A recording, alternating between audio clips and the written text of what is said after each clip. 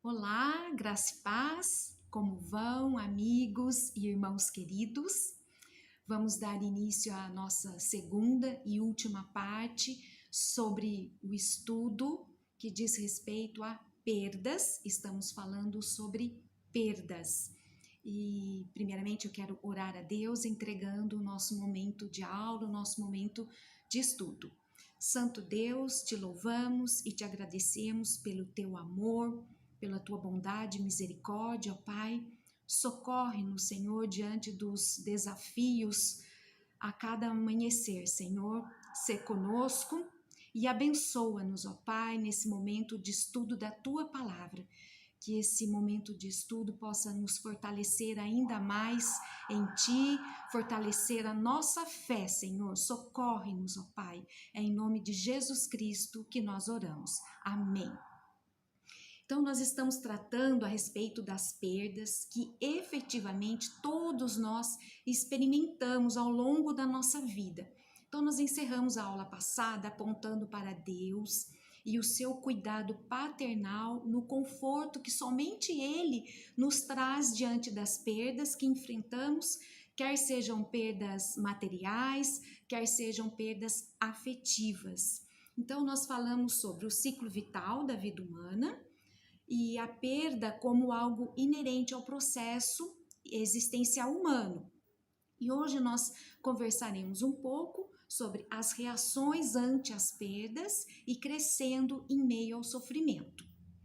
E ao ouvir algumas pessoas falarem sobre perdas, algumas pessoas dando o seu testemunho de vida, me veio o texto da oração de Abacuque, que está lá em Abacuque, capítulo 3, de 17 a 19.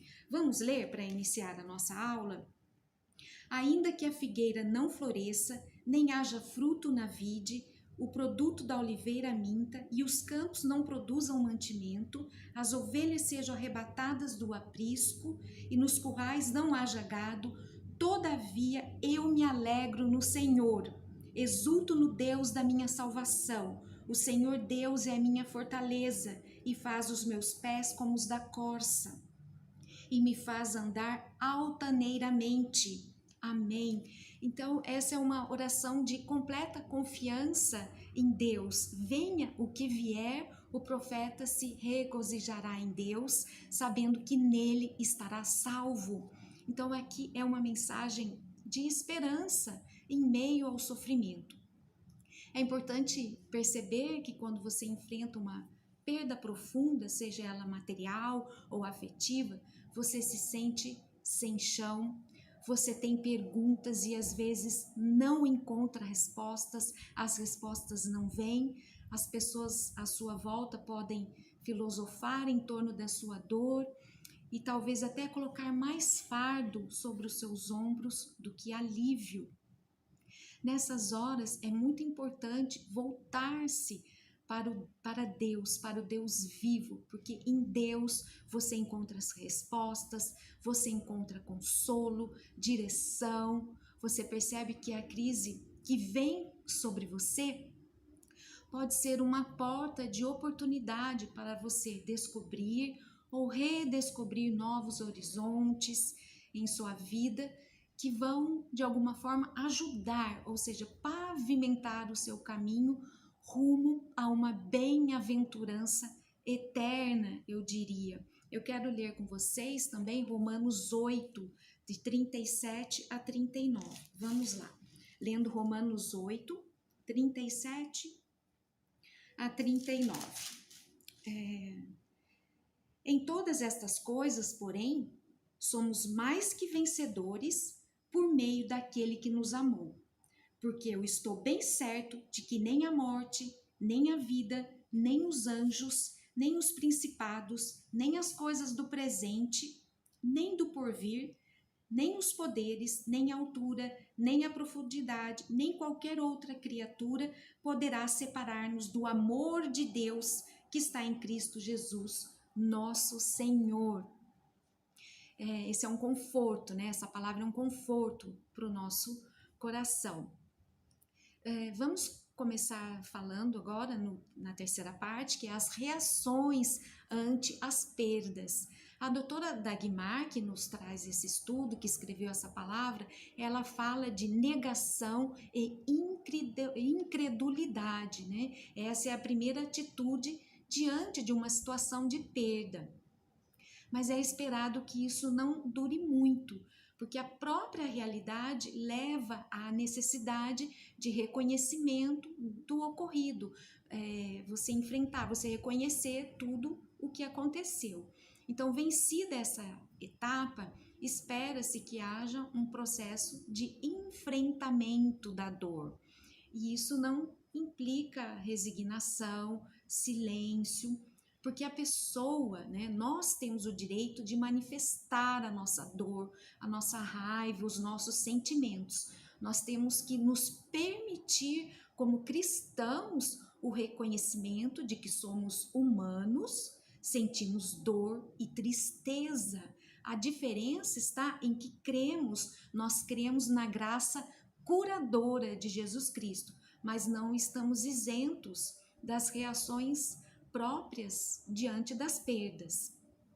Então, as reações mais comuns, ela nos explica, são angústia, somatização, alteração do comportamento, desorganização pessoal, emoções intensas. E em qualquer situação de perda, por exemplo, divórcio, morte, emprego, saúde, nós temos a oportunidade de optar, né, nessas circunstâncias, por elaborar a nossa vida de forma saudável, que vai gerar crescimento diante de tudo isso que estamos passando, ou de forma não saudável, né, que aí vai produzir doenças e pode levar a pessoa até a morte.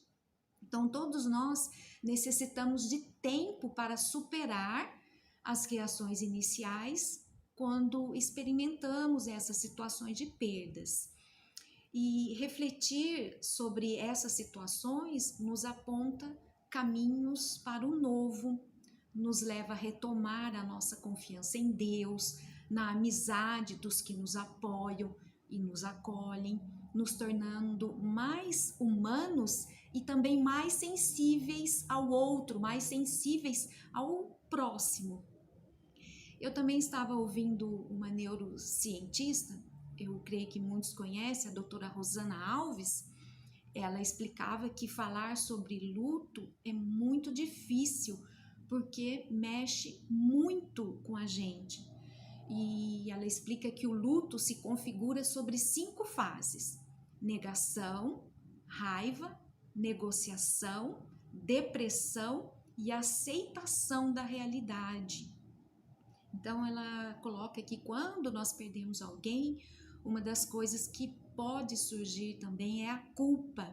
Então nós ficamos nos cobrando se não poderíamos ter feito mais.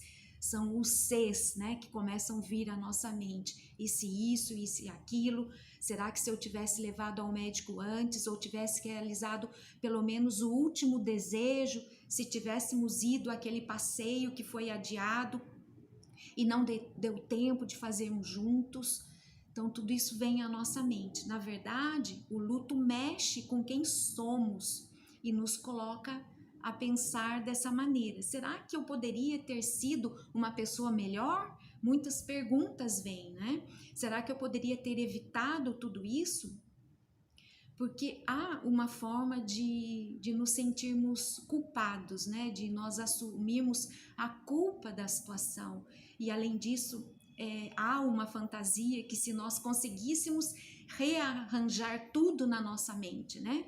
Se conseguíssemos voltar mesmo que no nosso pensamento lá atrás e consertar algumas coisas, teríamos a pessoa de volta. Isso está na nossa mente, né? Fica na nossa imaginação.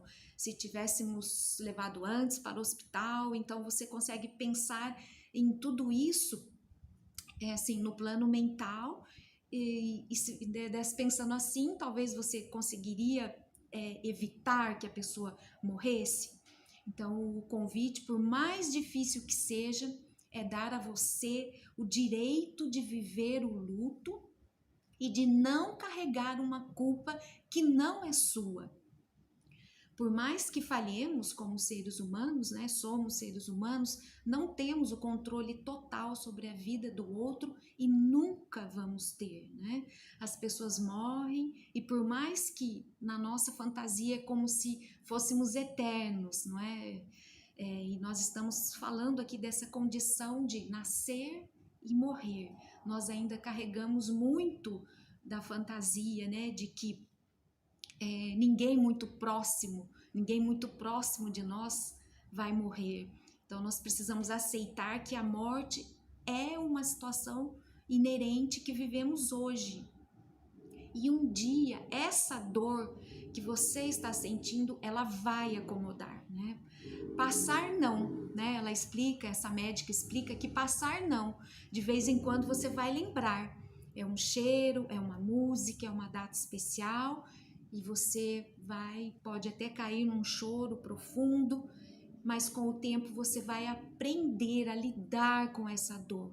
Ela não vai passar, mas ela vai se acomodar, ela se acomoda. E você, mesmo assim, por incrível que pareça, por mais difícil que seja, você é capaz de se sentir feliz, mesmo em meio a tanta dor, porque a felicidade, ela consiste em querer, em aceitar e decidir continuar vivendo apesar da perda que você sofreu.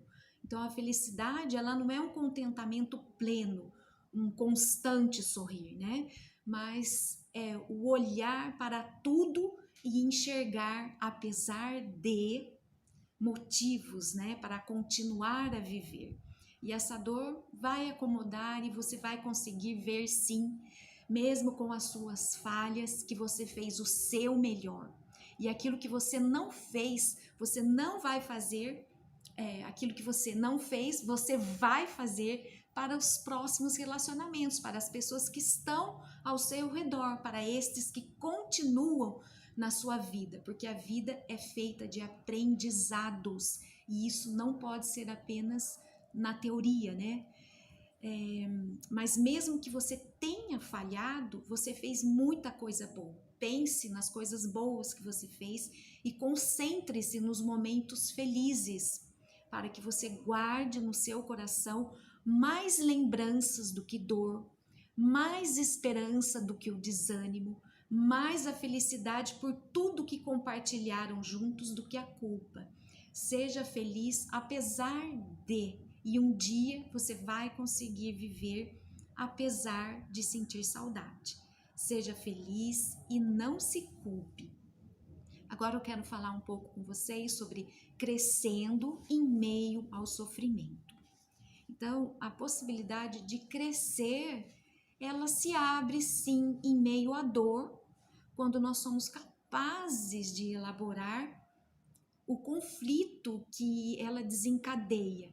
Então, nós podemos refletir, eu enumerei aqui alguns itens para vocês pensarem como essa perda, esse sofrimento, como tem me afetado tudo isso. É preciso aceitar a perda. O que aconteceu, aconteceu. Nada posso fazer para mudar o que ocorreu. Deve-se expressar sua dor, encontrar alguém a quem possa contar as suas dores, a quem você possa se abrir. Um outro item é necessário dar-se o tempo para sarar, compreender que não deve apressar-se em seu processo de recuperação. Fazer os ajustes necessários para seguir adiante. A vida não terminou, vale a pena seguir vivendo. Buscar grupos de apoio àqueles que passam por situações de perda, buscar grupos que estão passando pela mesma dor, pelo mesmo sofrimento seu. Quando o sofrimento vem, às vezes pensamos que Deus está contra nós, mas Deus é por nós. Ele trabalha para o nosso bem. Todos aqueles que amam a Deus, todas as coisas cooperam para o seu bem, como está lá em Romanos 8, 28. Então, quando você estiver lidando com lutas e perdas em sua vida, reconheça Deus em sua história, ame a Deus, Ele é soberano e Ele é bom. Ele não desperdiça sofrimento na vida dos seus filhos. Deus não está trabalhando contra nós, mas por nós. Então, creia que Deus usa cada provação para o bom propósito de nos tornar semelhante a Jesus Cristo, ao seu Filho amado. Nas lutas, precisamos lembrar que o Filho de Deus, ao tomar sobre si nossa natureza, ele experimentou todas as nossas dores, lutas e sofrimentos para que sejamos por ele socorridos. E tem um texto também que eu quero ler com vocês em Hebreus 4, de 14 a 16. Nós precisamos ler esse texto. Tendo, pois, Jesus, o Filho de Deus, como grande sumo sacerdote que penetrou os céus, conservemos firmes a nossa confissão, porque não temos sumo sacerdote que não possa compadecer-se das nossas fraquezas. Antes foi ele tentado em todas as coisas, à nossa semelhança, mas sem pecado. Acheguemo-nos, portanto, confiadamente junto ao trono da graça, a fim de recebermos misericórdia e acharmos graça para socorro em ocasião oportuna.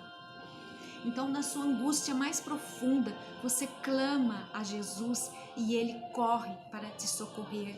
Ele é o nosso grande sumo sacerdote que está à destra de Deus, intercedendo por você, por mim, por todos nós. Amém? E Jesus nos disse que ele é a ressurreição e a vida, como está em João 11, 25.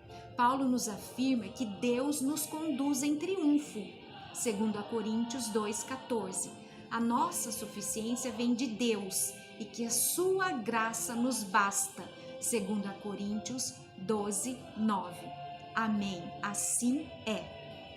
Então, meu desejo sincero é que esse estudo tenha sido uma bênção em sua vida, tenha de alguma forma te socorrido. Que a paz de Deus nos guarde em todo o tempo. Muito obrigada pela sua atenção. Grande abraço!